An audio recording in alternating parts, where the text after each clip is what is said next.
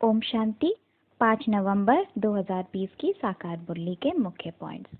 आज बाबा ने कहा, मीठे बच्चे, बाप आए हैं तुम बच्चों को शांति और सुख का वर्षा देने। तुम्हारा स्वधर्म ही शांत है, इसलिए तुम शांति के लिए भटकते नहीं हो। तो बाबा शांति का सागर, सुख का सागर आए हैं हम आत्माओं को शांति की वर्षा देकर हमें शांत स्वरूप बनाने के लिए। वास्तव में शांति हम आत्माओं का ओरिजिनल स्वरूप है। हमें शांति की तलाश में बाहर जाने की दरकार नहीं। फिर बाबा कहते हैं कि अभी हम बच्चे 21 जन्मों के लिए अखूट खजानों में वजन करने योग्य बनते हैं, क्योंकि जब बाप नई सृष्टि रचते हैं तब हम बच्चे उनके मददगार बनते हैं। हम अपना सब कुछ उनके कार्य में सफल करते हैं। इसलिए बाप उसके रिटर्न में 21 जन्मों के लिए हमें अखूट खजानों में ऐसा वजन करते हैं जो कभी धन की नहीं खुटता, दुख भी नहीं आता, अकाले मृत्यु भी नहीं होती। तो आज हम ब्राह्मण बच्चे सब शिव बाबा के राइट हैंड्स हैं। हम सभी बच्चे आज सृष्टि परिवर्तन के इस महान कार्य में बाबा का सहयोग दे रहे हैं।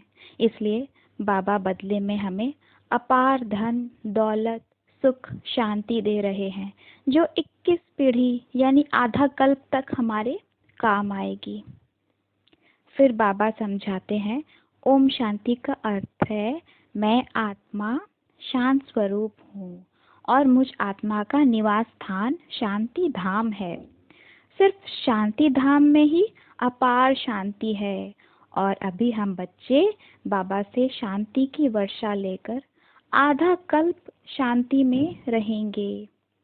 आत्मा पूरे आधा कल्प अपने ओरिजिनल स्वरूप शांत स्वरूप अवस्था में रहती है। उसकी शांति, उसकी ओरिजिनलिटी खोने लगती है द्वापर से, जब रावण का जन्म होता है।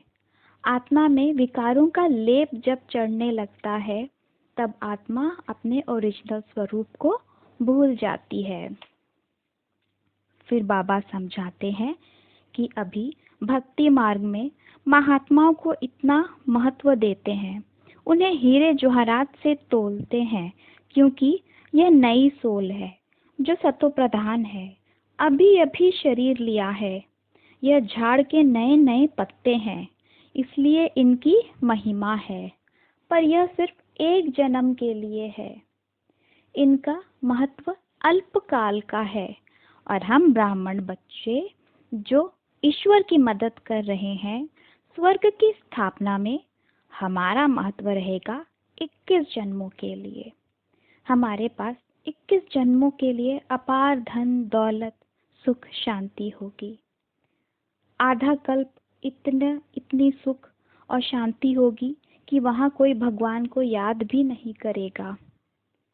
आगे बाबा कहते हैं कि इस संगम युग पर ही हमें सूक्ष्म वतन के साक्षात्कार होते हैं। फिर अगले 5000 वर्ष तक सूक्ष्म वतन का नाम भी नहीं होगा।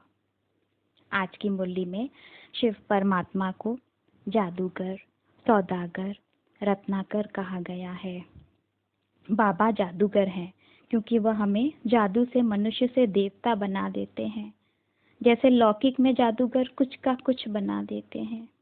फिर बाबा को सौदागर कहा गया है, क्योंकि हम एक जन्म बाबा की मदद करते हैं और बदले में बाबा हमें 21 जन्मों के लिए बादशाही देते हैं। फिर बाबा को रत्नाकर कहा गया है, क्योंकि हमें 21 जन्म के लिए अपार धन दौलत से भर देते हैं और आत्मा को भी ज्ञान रत्नों से भर देते हैं। आगे बाबा कहते हैं कि जैसे लौकिक में बूढ़े माँ बाप अपनी पूरी जायदाद बच्चों के नाम कर खुद वानप्रस्थ को चले जाते हैं, वैसे ही मैं तुम्हारा परलौकिक बाप इस बूढ़े तन में प्रवेश कर, यानी ब्रह्मा बाबा के तन में प्रवेश कर, तुम बच्चों को कांटों से फूल बनाता हूँ। तुम्हें विश्व का मालिक बनाकर आधे कल्प की खुशी सौंपकर खुद वानप्रस्थ में बैठ जाता हूँ। धारणा के लिए मुख्य सार। पहला, इन आँखों से शरीर सहित जो दिखाई देता है यह सब भस्म हो जाना है, इसलिए अपना सब कुछ सफल करना है।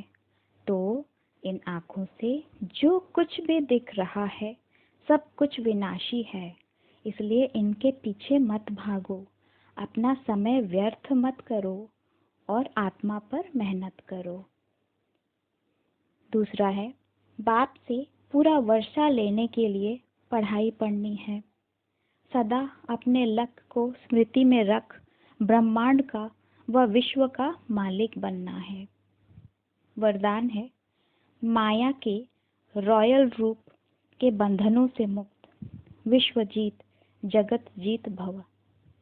मेरा पुरुषार्थ, मेरी इन्वेंशन, मेरी सर्विस, मेरी टचिंग, मेरे गुण अच्छे हैं, मेरी निर्णय शक्ति बहुत अच्छी है। यह मेरापन ही रॉयल माया का रूप है।